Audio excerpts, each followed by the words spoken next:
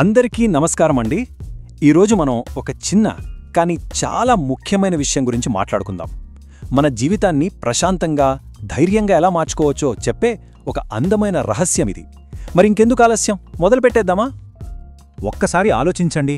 మనం ఏదైనా పని మొదలుపెట్టే ముందు ఎంత పర్ఫెక్ట్గా ప్లాన్ చేసుకుంటాం కదా, అంతా ఇలా జరగాలి అలా జరగాలి అని.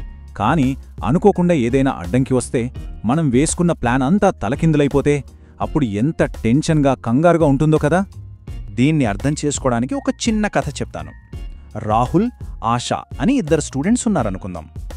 రాహులేమో రోజూ కొంచెం కొంచెం చదువుకుని పరీక్షకు ముందు రివిజన్ కోసం కొంత టైం పక్కన పెట్టుకున్నాడు. కానీ ఆశా అప్పటిదాకా ఆగి లాస్ట్ మినిట్లో హడావిడిగా చదివింది. ఇక ఎగ్జామ్ హాల్లో పేపర్ కొంచెం కష్టంగా రాగానే రాహులేమో ప్రశాంతంగా రాస్తున్నాడు. ఆశాకు మాత్రం టెన్షన్ మొదలైపోయింది. చూసారా, ఇద్దరి ప్లాన్లో చిన్న తేడా, కానీ రిజల్ట్లో ఎంత పెద్ద తేడా వచ్చేసిందో. ఇంతకీ ఆశలాగా చాలామంది ఎందుకంత ఒత్తిడికి లోనవుతారు? కారణం వాళ్ళ ఆలోచనా విధానమే. వాళ్ల ప్లానింగ్ అంతా పేకముక్కలతో కట్టిన ఇల్లులా ఉంటుందన్నమాట. చూడ్డానికి పర్ఫెక్ట్గా కనిపిస్తుంది, కానీ చిన్న గాలి వీచినా కుప్ప కూలిపోతుంది. అంటే వాళ్ళు ఎలా ఆలోచిస్తారంటే, అంతా నేననుకున్నట్టే జరుగుతుంది, నా ఉద్యోగానికి ఢోకా లేదు, అనుకోని ఖర్చులేమీ రావు అని ఒక రకమైన అతి ధీమాతో ఉంటారు. ఇది ఎలా ఉందంటే, ఆకాశం నిర్మలంగా ఉందని గొడుగు తీసుకెళ్లకుండా బయటికి వెళ్ళినట్టు. అకస్మాత్తుగా వాన వస్తే తడవక తప్పదు కదా. ఈ అతి నమ్మకమే అసలు సమస్య. అలాంటి పరిస్థితుల్లో జీవితంలో ఒకే ఒక్క చిన్న సమస్య వచ్చినా చాలు, అనుకోకుండా ఒక హాస్పిటల్ ఖర్చు లేదా ఉద్యోగంలో చిన్న ఇబ్బంది, అంతే, వాళ్ళ ప్లాన్ మొత్తం కుప్పకూలిపోతుంది. ఎందుకంటే వాళ్ళ ప్లాన్లో చిన్న తప్పు జరగడానికి కూడా అసలు చోటే లేదు. మరి దీనికి పరిష్కారం లేదా?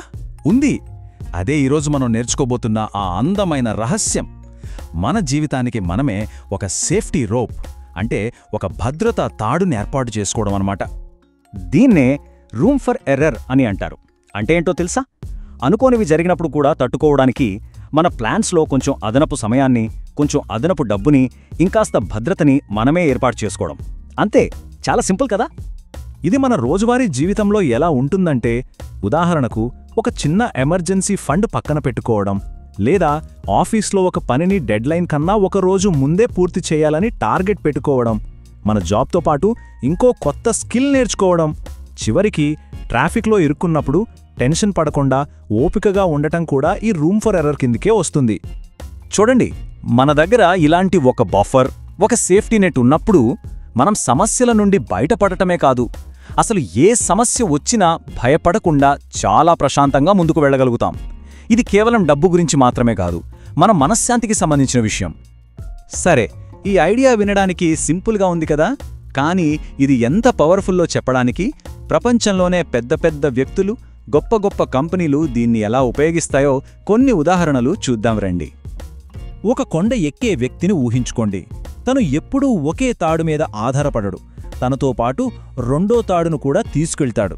చాలాసార్లు ఆ రెండో తాడు అవసరమే పడకపోవచ్చు, కానీ ఒకవేళ మొదటి తాడు తెగిపోతే ఆ రెండో తాడే కదా తన ప్రాణాన్ని కాపాడేది.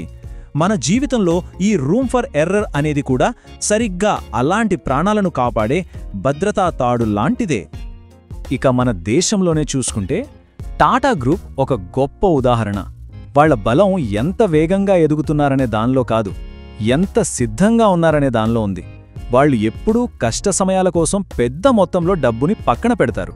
అందుకే దేశంలో ఎలాంటి ఆర్థిక సంక్షోభం వచ్చినా వాళ్లు మాత్రం చాలా బలంగా నిలబడగలుగుతారు.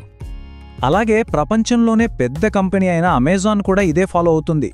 వాళ్ళు దీన్ని డ్రై పౌడర్ అంటారు. అంటే కష్ట సమయాలను తట్టుకోవడానికి, అలాగే అకస్మాత్తుగా వచ్చే మంచి అవకాశాలను అందిపుచ్చుకోవడానికి వనరులను ఎప్పుడు సిద్ధంగా ఉంచుకోవడం అన్నమాట.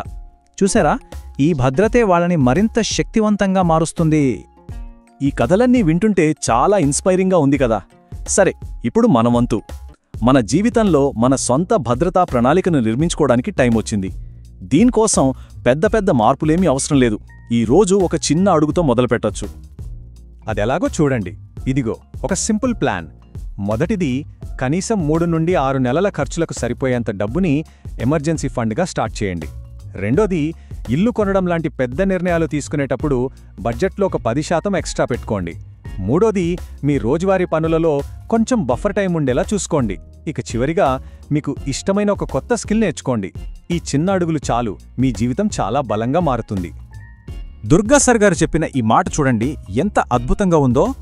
బలమైన వ్యక్తులు లోపలి నుండి సురక్షితంగా ఉంటారు, ఎందుకంటే వారు తప్పు జరగడానికి అవకాశం ఉంచుకుంటారు. నిజమే కదా, మన అసలైన బలం బయటకు కనిపించేదానిలో ఉండదు, మనం లోపల ఎంత సిద్ధంగా ఉన్నామనే దానిలోనే ఉంటుంది. కాబట్టి ఈరోజు నుండి ఈ మాటల్ని మనస్సులో అనుకుందాం. నేను సురక్షితంగా ఉన్నాను, నేను సిద్ధంగా ఉన్నాను, నా ప్రశాంతమైన భవిష్యత్తు కోసం నేను బలమైన బఫర్లను నిర్మించుకుంటాను. గుర్తుంచుకోండి, ప్రశాంతమైన జీవితమనేది ఒక్క రోజులో వచ్చే గెలుపు కాదు, రోజు మనం తీసుకునే చిన్న చిన్న జాగ్రత్తల ఫలితమే.